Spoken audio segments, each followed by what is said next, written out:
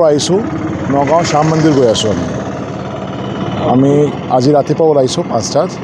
আমি কালি সন্ধিয়া মোটামুটি 8টাত তাত পাই যাম খোজকাঢ়ি যাম কিমান মানুহ আছে আমাৰ মোটামুটি এতিয়া আমাৰ বৰ্তমান 100টা মানুহ আছে আৰু নগাঁৱৰ পৰা আৰু 100টা জইন কৰিব মোটামুটি 200-100টা মানুহ আমি নগাঁও পাম মন্দিৰত খোজকাঢ়ি যাত্ৰা আৰম্ভ কমপ্লিট খোজকাঢ়ি যাওঁ আমি 78 কিলোমিটাৰ্ছ হয় ইয়াৰ পৰা যোনটো ৰুট লৈছোঁ আমি এই কমপ্লিট 78 কিলোমিটাৰ খোজকাঢ়ি যাওঁ প্ৰত্যেক বছৰ এইটো 3 নম্বৰ বছৰ আছে 3য় বছৰ আছে উদ্দেশ্য তেনেকৈ একো নাই এইটো শ্যাম বাবাৰ সেৱাৰ কাৰণে আমি গৈ আছোঁ কৃষ্ণ ভগৱান যোনটো হৈ গ'ল তাৰ এটা ৰূপ আছে শ্যাম বাবা তাৰ সেৱাৰ কাৰণে আমি গৈ আছোঁ ফাগুন উৎসৱ হয় প্ৰত্যেক বছৰ ফাগুনত আমি শ্যাম বাবা উৎসৱ মনোৱা যায় যোনটো আমাৰ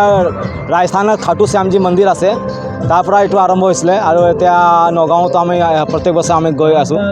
আৰু প্ৰত্যেক জেগাৰ পৰা হয় অকল তেজপুৰৰ পৰা নহয় ইয়াৰ পৰা হোজাইৰ পৰা আহে ডিব্ৰুগড়ৰ পৰা আহে চব জেগাৰ পৰা আহি থাকে আপোনালোকৰ এই গোটত কিমান মানুহ আছে এতিয়া আমি 100টা মানুহ আছোঁ আৰু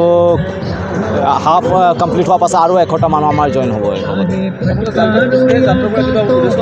উদ্দিষ্ট আমাৰ এইটো শ্যাম বাবা উৎসৱ হয় যেনেকৈ জন্মোৎসৱ মনায় না তো ফাগুনত আমাৰ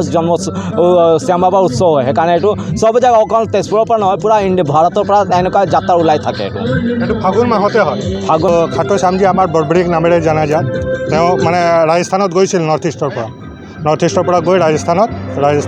তাৰপিছত তেখেতৰ পূজা হয় এতিয়া পূৰা ভাৰততে ৰাইজক কিবা বাৰ্তা দিব নেকি জৰিয়তে ৰাইজক কিবা ক'ব নেকি এনেকুৱাতো কিবা ৰাজ্যত এইটোৱে ক'ম কি শ্যাম বাবা এনেকুৱা নহয় কি না কি আগত আমি অকল এটা কমিউনিটি মতলব ৰাজস্থানী মানুহে মানি আছিলে এতিয়া যেনেকৈ কলিযুগ বাঢ়ি আছে এটা শ্যাম বাবাক এটা আশীৰ্বাদ আছিলে যেনেকৈ কলিযুগ বাঢ়ি যাব আৰু চব ধৰ্মৰ মানুহ এওঁক পূজনীয় মানিব সেইটো আশীৰ্বাদ আছে আৰু এওঁ যোনে মানে সিহঁতৰ কল্পনাটো যোনটো ভাৱ আছে সেইটো সদায় সত্য হয় মতলব ধন্যবাদ